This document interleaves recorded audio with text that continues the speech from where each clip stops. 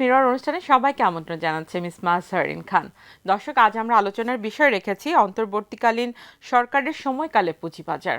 পুঁজিবাজার নিয়ে বিনিয়োগকারীদের আগ্রহ অনেক রয়েছে এবং বিনিয়োগকারীরা এই মুহূর্তে জানতে চায় যে নতুন যে সরকার আসার পরবর্তী সময় আসলে বাজারের কি কি পরিবর্তন আনতে যাচ্ছে। আর এই বিষয়ে কথা বলার জন্য আমরা দুজন বিশেষ ব্যক্তিকে আমাদের স্টুডিওতে আমন্ত্রণ জানিয়েছি। আমরা পেয়েছি আমাদের মাঝে মমিনুল ইসলাম, চেয়ারম্যান, ঢাকা স্টক এক্সচেঞ্জ। আমরা পেয়েছি বিনিয়োগকারীদের সাথে যিনি সবসময় কাজ করেন, মোহাম্মদ শাকিল রিজভী, চেয়ারম্যান, শাকিল রিজভী স্টক এবং পরিচালক, ঢাকা স্টক এক্সচেঞ্জ। আমরা চলে যাচ্ছি আমাদের আজকের অনুষ্ঠানে। আপনাদের দুজনকে স্বাগত আমাদের অনুষ্ঠানে আসার জন্য। আপনাকে অভিনন্দন, আপনি চেয়ারম্যান হিসেবে নতুন দায়িত্ব নিয়েছেন এবং বিনিয়োগকারীরা অনেকটাই স্বস্তির নিঃশ্বাস ফেলছে। হয়তো পরিবর্তন হয়ে বিনিয়োগকারীরা যা চায় সেভাবে হয়তো অনেক কাজ হবে। তো আমরা জানি যে ইতিমধ্যে একটি সংস্কার কমিটি গঠন হয়েছে, বিএসসিসিতে নতুন চেয়ারম্যান এসছে এবং আপনিও আপনার দায়িত্ব বুঝে নিয়েছেন। একটু যদি বিনিয়োগকারীদের উদ্দেশ্যে বলতেন যে এই অন্তর্বর্তীকালীন সরকারের সময়কালে আপনারা নতুন কি কি করছেন। Thank you. আপনি ঠিকই বলেছেন যে আমরা একটি ঐতিহাসিক মুহূর্তে দাঁড়িয়ে আছি। আমরা বলি যে পুঁজিবাজার হচ্ছে মুক্তবাজার অর্থনীতির সুন্দরতম সৃষ্টি, কিন্তু দীর্ঘদিনের অনিয়ম, দুর্নীতি, বিচারহীনতা এই আমাদের পুঁজিবাজারকে সংকুচিত করে রেখেছে, পঙ্গু করে রেখেছে। তো আমরা এখন এমন একটি বিরল সুযোগ পেয়েছি যখন আমাদের Bangladesh securities and exchange commission পুনর্গঠিত হয়েছে, আমাদের ঢাকা স্টক এক্সচেঞ্জ এবং চিটং স্টক এক্সচেঞ্জের বোর্ড পুনর্গঠিত হয়েছে, আমাদের একটি টাস্কফোর্স হয়েছে পুঁজিবাজারের যে রিফর্মগুলো করতে হবে সে নিয়ে গবেষণা এবং প্রস্তাবনা পেশ করার জন্য, এবং অতীতের অনিয়মগুলোর জন্য একটা এনকোয়ারি কমিটি তৈরি করা হয়েছে। তো আমরা মনে করছি যে সবাই আমরা একসাথে কাজ করলে যে আমাদের বিনিয়োগকারীরা, দেশীয় এবং আমাদের আন্তর্জাতিক যে বিনিয়োগকারীরা আছেন, তারা এই বাজারের যে আস্থাহীনতায় ভুগছেন সেখান থেকে বের হয়ে আসা যাবে। তো মূল কাজগুলোর মধ্যে একটা হচ্ছে যে ঢাকা স্টক এক্সচেঞ্জ যেহেতু প্রধান স্টক এক্সচেঞ্জ এবং বেশিরভাগ ট্রানজ্যাকশন এখানে হয়, এটির প্রাতিষ্ঠানিক সক্ষমতা বৃদ্ধি করা, সেবা প্রদান, both human resource related and technology related, then এটার মনিটরিং অ্যান্ড সার্ভেলেন্সটাকে কীভাবে আমরা আরও বেশি দক্ষ, স্বচ্ছ করতে পারি সেটা, সাথে সাথে যে বাজারের যে প্রধান প্রোডাক্টগুলো আছে, আমরা যদি বলি যে ইকুইটি শেয়ার মানে আইপিও দিয়ে আসবে, দেন আমাদের বন্ড মার্কেট এবং আমাদের মিউচুয়াল ফান্ড, তিনটা জায়গায় কী ধরনের রেগুলেটরি রিফর্ম করা সম্ভব সেটা নিয়ে আমরা সিকিউরিটিজ অ্যান্ড এক্সচেঞ্জ কমিশনের সাথে কাজ করছি। তার সাথে সাথে যে রিফর্মগুলো হবে এটা তো একটু সময় সাপেক্ষ, সেই সময়টা যাতে আমাদের বিনিয়োগকারীরা আস্থাহীনতার মধ্যে না চলে যান, আতঙ্কিত না হন, সেক্ষেত্রে আমরা সরকারের সাথে কাজ করছি যে কী ধরনের নীতি সহায়তা নিয়ে আসা যায়। আপনারা লক্ষ্য করবেন যে জাস্ট গত সপ্তাহে আমাদের যে ক্যাপিটাল গেইন ট্যাক্সটা ছিল সেটা অনেক রেশনালাইজ করা হয়েছে। তো সামনে হয়তো আমরা আরও কিছু নীতি সহায়তা দেখতে পাবো, যেমন লিকুইডিটি সাপোর্ট নিয়েও সরকার একটা ভালো উদ্যোগ নিয়েছে যে আইসিবিকে ৩,০০০ কোটি টাকার একটা লিকুইডিটি সাপোর্ট দিচ্ছে গ্যারান্টি ইস্যুয়েন্সের মাধ্যমে। তো আমরা আশা করছি, উই আর ভেরি হোপফুল যে আমাদের সবার ভালো কিছু হবে সমন্বিত চেষ্টা বিনিয়োগকারীদের জন্য। অবশ্যই। শাকিল রিজভী, আপনি তো সবসময় বিনিয়োগকারীদের পক্ষে কথা বলেন এবং বাজার যখন পড়ে যাচ্ছে এই টাইমে আসলে আপনাদের কাছ থেকে আরো ভালো কিছু বিনিয়োগকারীরা আশা করছে। তো এমন একটা সময় আসলে আমরা পার করছি যেখানে বাজার আমরা দেখেছি যে সূচকের সর্বনিম্ন অবস্থায় চলে গিয়েছে, সেখান থেকে আবার আপনারা দেখছেন যে কিছুটা পরিবর্তনের দিকে যাচ্ছে। বিনিয়োগকারীদের পক্ষ হয়ে কি সংস্কার কমিটিতে আপনাদের পক্ষ থেকে কোনো প্রস্তাবনা থাকবে যেটি হয়তো ঢাকা স্টক এক্সচেঞ্জের চেয়ারম্যান এসএসসির কাছে প্রস্তাবনা দিতে পারে? জি, অলরেডি আমাদের একটা বৈঠক হয়েছে সংস্কার কমিটির সাথে, এইখানে অনেকগুলো পরামর্শ দেওয়া হয়েছে এবং যে শেয়ারের দাম কমবে বাড়বে এটা কিন্তু সবারই মানতে হবে, কিন্তু এমন সব কাজ করা হয়েছে যেগুলা কোম্পানি আইন ভাঙা হয়েছে, অনেক ক্ষেত্রে আইনের সাথে একটার সাথে একটা সাংঘর্ষিক, যেটা এমন কিছু আইন করা হয়েছে যেগুলা অন্য দেশের, পৃথিবীর কোনো দেশের স্টক এক্সচেঞ্জে সেই সমস্ত আইন নাই। তো আমাদের এই সংস্কার কমিটির মাধ্যমে বিনিয়োগকারীর পক্ষে, স্টক এক্সচেঞ্জের পক্ষে, মার্কেটের স্বার্থে সেই অন্যায় আইনগুলা যাতে না হয় এবং আইনগুলা সিম্পল হয় এবং ইউজার ফ্রেন্ডলি হয়। মানে আইনে আইনে এরকমভাবে আষ্টে পৃষ্ঠে হয়ে গেছে যে এক আইনে আরেক আইন ইয়ে করে সাংঘর্ষিক। তাতে করে হয় কি ইউজার ফ্রেন্ডলি হয় না, বিনিয়োগকারীরা আস্তে আস্তে মানে এখান থেকে সরে যায় এবং নতুন বিনিয়োগকারী এবং নতুন কোম্পানি আসার বেলায়ও এটা মানে অনেক কঠিন হয়ে যায়।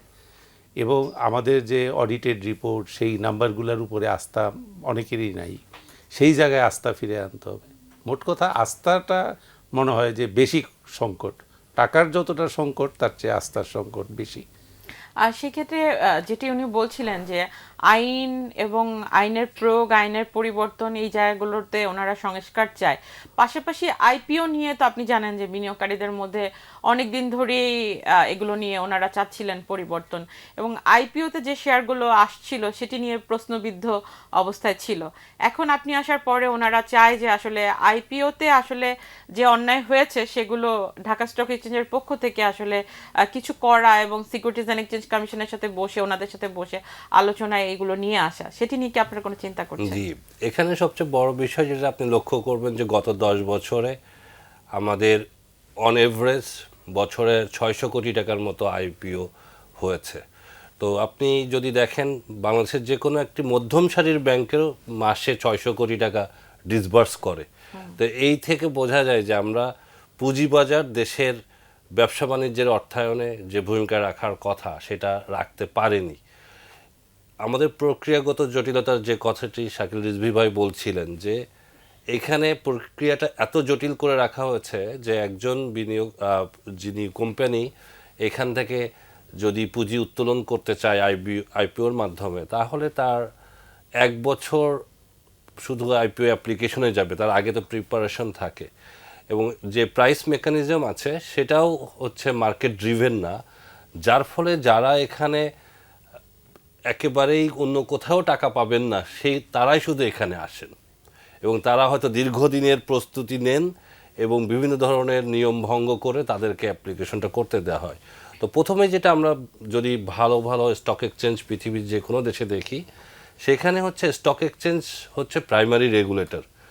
আইপিওর কাজটা তারা করেন যে এখানে লিস্টিংটা যারা হবে কিভাবে হবে, রেগুলেশনটা সিকিউরিটিজ অ্যান্ড এক্সচেঞ্জ কমিশন থেকে করা হয়।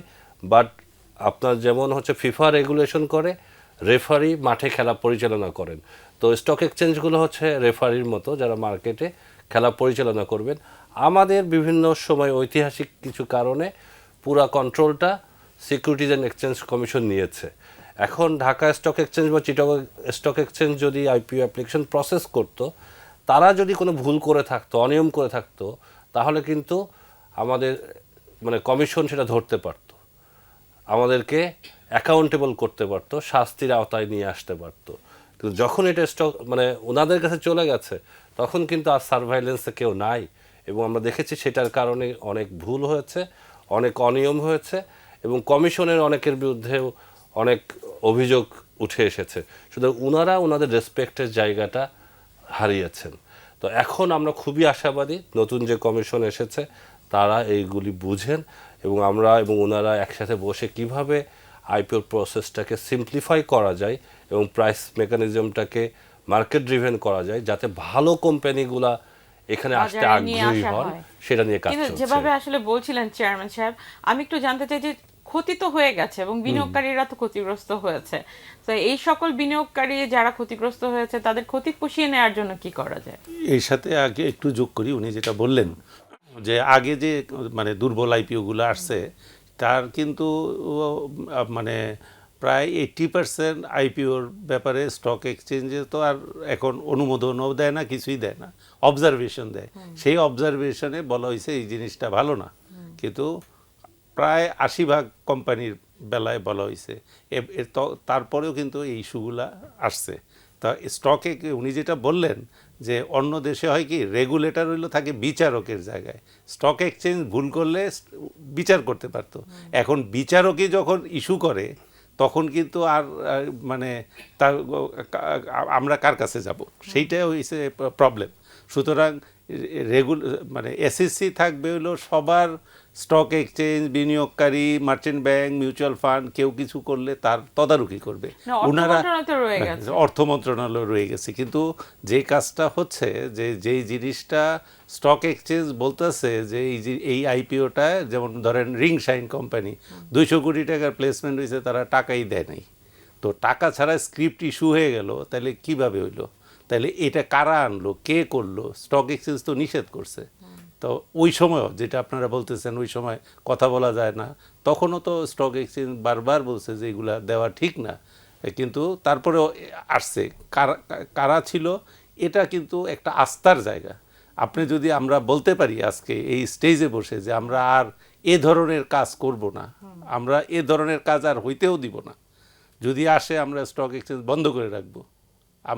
আমার সিদ্ধান্ত হলো এরকমই, বোল্ড থাকতে হবে। ওই সময় কি আপনারা সবাই একত্রিত হয়ে বলেছেন যে আমরা চেয়ারম্যান না, সাহেবকে আমরা বলছি, এই এসএসসি তে বলছি, আমরা এটাকে এখন গ্রহণ এখন করব তাই না। করতে হবে। এখন তো আর ইয়ে করার মানে যে সময় ছিল, আমরা অফিসিয়ালি ভদ্রভাবে যতটুকু বলার ততটুকু বলছি, এবং চিঠি দিয়েও বলা আছে, এবং স্টক এক্সচেঞ্জের প্যাডে লিখিত আছে যে এই আইপিওর এই সমস্যা, এইখানে এটা দেওয়া যায় না, কিন্তু দেওয়া হয়ে গেছে।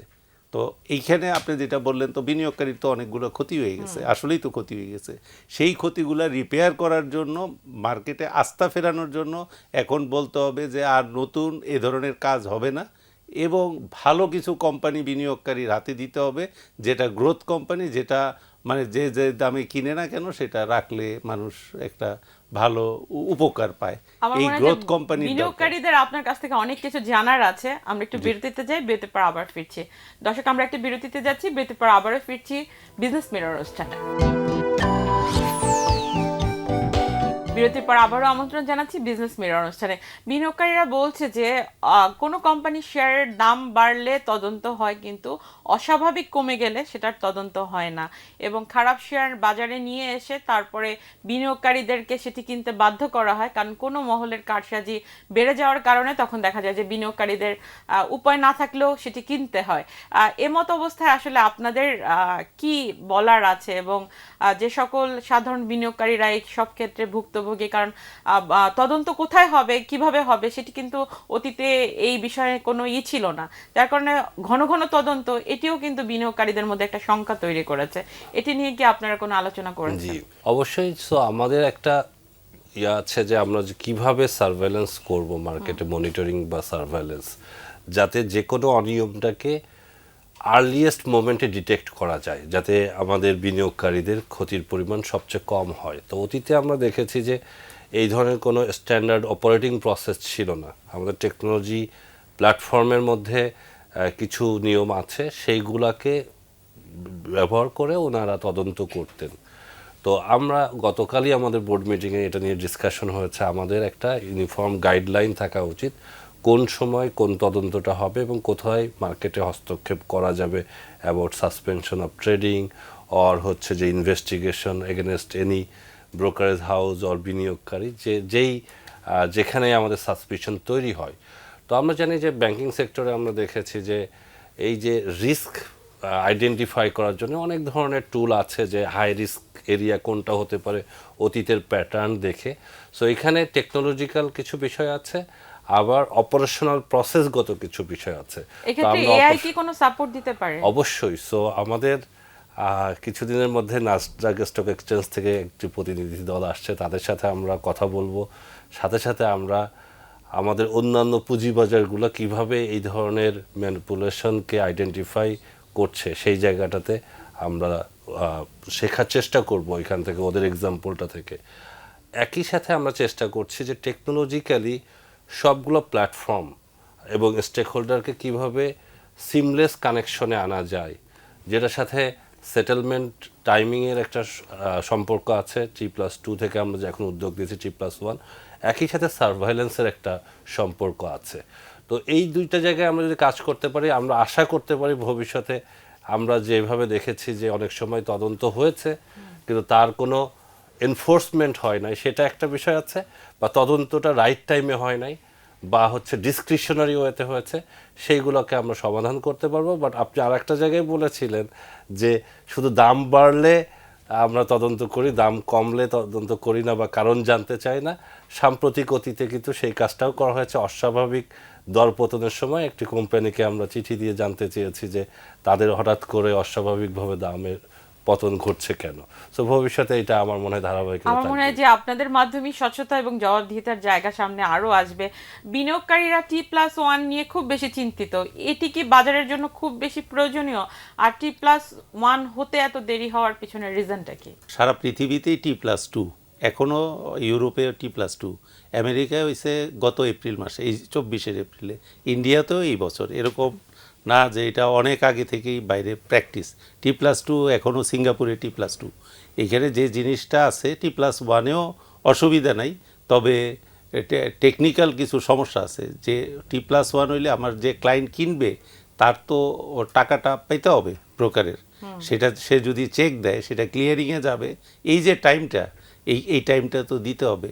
যদি বিদেশে হয় কি, ব্রোকারের অ্যাকাউন্টে অটোমেটিক টাকা ক্লায়েন্টের অ্যাকাউন্ট থেকে ইলেকট্রনিক উপায়ে টান দিয়ে নিয়ে নেওয়া যায়, সেই অ্যাক্সেস তো নাই আমাদের। সুতরাং যদি কাস্টমারের থেকে চেক নিতে হয় তাই ক্লিয়ারিংয়ের প্রশ্ন আছে, সেই জন্য একদিন চলে যাচ্ছে, এই জন্য একদিন পিছায় যাচ্ছে। আজকে কিনলে আজকে চেক দিলে সেটা কালকে ক্লিয়ারিং হবে, তারপরের দিন। এইটা হলো মানে একেবারে ফান্ডামেন্টাল কারণ। কবে হবে তবে T+1? T+1 হইলেই যে আপনার একেবারে শেয়ার বাজার খুব ভালো হয়ে যাবে এটাও না। আসল কোম্পানির পারফরমেন্স কেরম, দ্যাট ইজ ভেরি ইম্পর্টেন্ট। আর আপনার যদি কিছু বিনিয়োগ না থাকে একদিন, এই আলোকেই কিন্তু পৃথিবীতে এতদিন কিন্তু কোনো T+2তেই ছিল। এখনও ইউরোপ, সিঙ্গাপুর T+2। আপনি যদি একটু সময়ও যদি ইনভেস্টমেন্টে না থাকেন, সেই জন্য এই ইয়েটা, তারপরেও T+1 করলেও ভালো, কিন্তু করতে গেলে টেকনিক্যাল সমস্যা আছে, কতদিন লাগবে? অনলাইন ব্যাংকিং লাগবে। কতদিন লাগবে এটা আমি বলার আগে বলি যে আমাদের মাননীয় ফাইন্যান্স অ্যাডভাইজার এটাকে অত্যন্ত গুরুত্ব দিয়েছেন এবং বিসেক্স চেয়ারম্যানও এটাকে গুরুত্ব দিয়েছেন। অলরেডি যে ক্রস স্টেক হোল্ডার মিটিং হয়েছে, যেখানে আমরা চেষ্টা করব যে ফার্স্ট কোয়ার্টার 2025-এর মধ্যে এটা ইমপ্লিমেন্ট করা। এর আগে করতে পারলে অবশ্যই ভালো, বাট যেটা শাকিল ভাই বলছিলেন যে কিছু টেকনোলজিক্যাল ডিসকানেক্ট আছে, সেই জায়গাটা আমাদের মাথায় রেখে একটা ইয়ে নিতে হবে। প্লাস হঠাৎ করে যদি আমরা কোনো চেঞ্জ আনতে চাই, সেটার আবার কিছু পরীক্ষা নিরীক্ষা করতে হয়, যাতে এটা করতে যে মার্কেটে বড় ধরনের কোনো ডেটা ইন্টিগ্রিটিতে সমস্যা না হয়ে যায়। সেই জায়গায় একটু আমি জানতে চাই যে সাইবার থ্রেট এখন সারা দুনিয়াতেই অনেক বেশি, তো যেখানে ক্যাপিটাল মার্কেট পুরোটাই ডেটা এবং ইনফরমেশনের উপরে বেস করে, এই থ্রেট করার জন্য আপনারা কি করছেন, মানে সাইবার সিকিউরিটির জন্য কি করছেন? সো আমাদের মানে ওয়ার্ল্ডের সর্বাধুনিক যে আপনার ফায়ারওয়াল এবং all the time monitoring of cyber attack, এটা মনিটরিংয়ের জন্য রয়েছে। আমাদের যে ডিজাস্টার রিকভারি সাইট, সেটাও এই মুহূর্তে ইমপ্লিমেন্টেশনের লাস্ট পর্যায়ে আছে এবং আমরা মানে সার্বক্ষণিকভাবে পর্যবেক্ষণ করছি যে কী ধরনের এখানে আমাদের ভালনারেবিলিটি আছে। তো আমরা আমাদের যে বোর্ডের যে আইটি অ্যাডভাইজারি কমিটি আছে, তারা একটি সিদ্ধান্ত নিয়েছে যে আমরা নতুন ডেটা সেন্টার হওয়ার পরে এটা আমরা কোনো করি না, আইটি অডিট করি না, আইটি সিকিউরিটি অডিট যেটা বলে, সেটার উদ্যোগ নেওয়া হয়েছে, যাতে আমরা ইমিডিয়েটলি আইটি সিকিউরিটি একটা অডিট করি ইন্ডিপেন্ডেন্ট থার্ড পার্টি দিয়ে, যাতে আমরা বুঝতে পারি এখানে আরও কোনো উন্নয়নের সুযোগ আছে কিনা। সেক্ষেত্রে আমরা কয়েক বছর ধরে একটা বিষয় বিনিয়োগকারীদের মাঝে আছে, সে বাইব্যাক আইন করার জন্য, এবং তারা প্রায় এই কথাটা বলে, এবং যখন তারা রাস্তায় নামে তখনও তারা কিন্তু এই বিষয়টা নিয়ে আসে। এটি কি এখন এই মুহূর্তে প্রয়োজন? বাইব্যাক আইন থাকলে ভালো, কিন্তু আমাদের যে সমস্যাগুলা, যে কোম্পানির বাইটা করবে কে, বাইব্যাক করবে কে, এখানে কিন্তু কোনো ডাইরেক্টর করবে না, কোম্পানি তার নিজের ফান্ড দিয়ে করবে, রিজার্ভ দিয়ে করবে। যে কোম্পানিগুলোর বাইব্যাকের কথা বলা হচ্ছে তাদের তো রিজার্ভ নাই, তারা কিভাবে বাইব্যাক করবে? মানে কোনো পরিচালক, কোনো চেয়ারম্যান কিন্তু এই শেয়ারগুলো কিনবে না। যেই কোম্পানি, তার কোম্পানির রিজার্ভের ফান্ড দিয়ে কিনতে হবে। সে অতিরিক্ত টাকা যদি থাকে, তার পেইড আপ ক্যাপিটালটা ছোট করবে। এটা পৃথিবীতে হয়, বাইব্যাক হয়। আবার আমাদের কোম্পানি আইনের সাথে কিছু সাংঘর্ষিক জিনিস আছে, সেগুলোও দেখতে হবে। একটু আপনার কাছে জানতে চাই যে মার্জিন লোনের ক্ষেত্রে আমরা দেখি যে ফোর্স সেলের বিষয়টা প্রায়ই হয়ে থাকে, তো এই ক্ষেত্রে আসলে মার্জিন লোনের বিষয় বিএসইসির অবস্থান কি হওয়া উচিত বলে আপনি মনে করেন, বা এটা নিয়ে আসলে কোনো নতুন পরিকল্পনা আছে কি? আমার মনে হয় যে নতুন অবস্থায় মানে যারা একেবারে নতুন ফ্রেশ ক্ষুদ্র আসে, বিনিয়োগকারী। হ্যাঁ, যাদের অল্প বিনিয়োগ আছে তাদের আপাতত লোনটা না দেওয়াই উত্তম। কারণ তারা যদি মার্কেটে 2-3 বছর প্র্যাকটিস করে কেনাবেচা করে তাহলে মার্কেট এনভায়রনমেন্ট বুঝবে, তারপরে মার্জিনে যাওয়া উচিত। তারা তো চায় মার্জিনটা, তো তাদের মার্জিন দিলে প্রয়োজন তো পড়ে অনেক সময় মানে ফান্ড কম থাকার কারণ কারণে। হয় কি যে যারা এই মার্জিনের টাকাটা নিচ্ছে, নিয়ে যে শেয়ারটা কিনছে কোনো বড় ভাইয়ের নির্দেশে বা পরামর্শে যে কিনছে, শেয়ারটা হওয়া উচিত 20 টাকা, সে এই মার্জিন নিয়ে 200 টাকা দিয়ে কিনছে। 200 টাকা কেনার ফলে ডিএসসি আবার কোয়েরি করতেছে এটা তো আসলে 20 টাকা, সে কেন 200 টাকা হইলো, এত দাম বাড়লো কেন? তো তখন তাদের আবার পেইন, এই কোয়েরির কারণে দামটা কমে গেল। কিন্তু আসল সমস্যাটা তো এটা 200 টাকার শেয়ার ছিল না। এই জায়গাটায় অহেতুক টাকা পাম্পিং করা, যে শেয়ার যেখানে যাওয়া উচিত না জোর করে সেটারে টেনে তুলে মার্জিনের টাকা এনে আমি কোনো ব্যাংক থেকে 100 কোটি আনলাম, একটা শেয়ারের উপরে উঠাইলাম, তারপরে দেখলাম কোনো বায়ার নাই, তারপরে আবার ওরা ফোর্স সেল দিল। এইটাতে তো মার্কেটে পুরাটাই একটা মানে গন্ডগোল লেগে গেল, এইটাতে নেগেটিভ ইকুইটি চলে। আমরা অনুষ্ঠান শেষ করব, বিনিয়োগকারীদের জন্য কিছু বলতে চান? জি, বিনিয়োগকারীর জন্য তো এখন বলার কিছু নাই। এখন বলার কথা হলো যে আমরা কতটুকু আস্থা ফেরাইতে পারবো সেই জায়গাটায়, সেইখানে হলো আমার যেটা প্রশ্ন বা যেটা সাজেশন, সেটা হলো যে যে প্রসপেক্টাস আমরা ইস্যু করব বা যেটা দেখব, যে নাম্বারগুলা থাকবে, যে অ্যানুয়াল রিপোর্টের যে অডিট রিপোর্টগুলা, সেটা যদি সঠিক হয় তাইলে আস্থার জায়গায় ফিরে আসবে।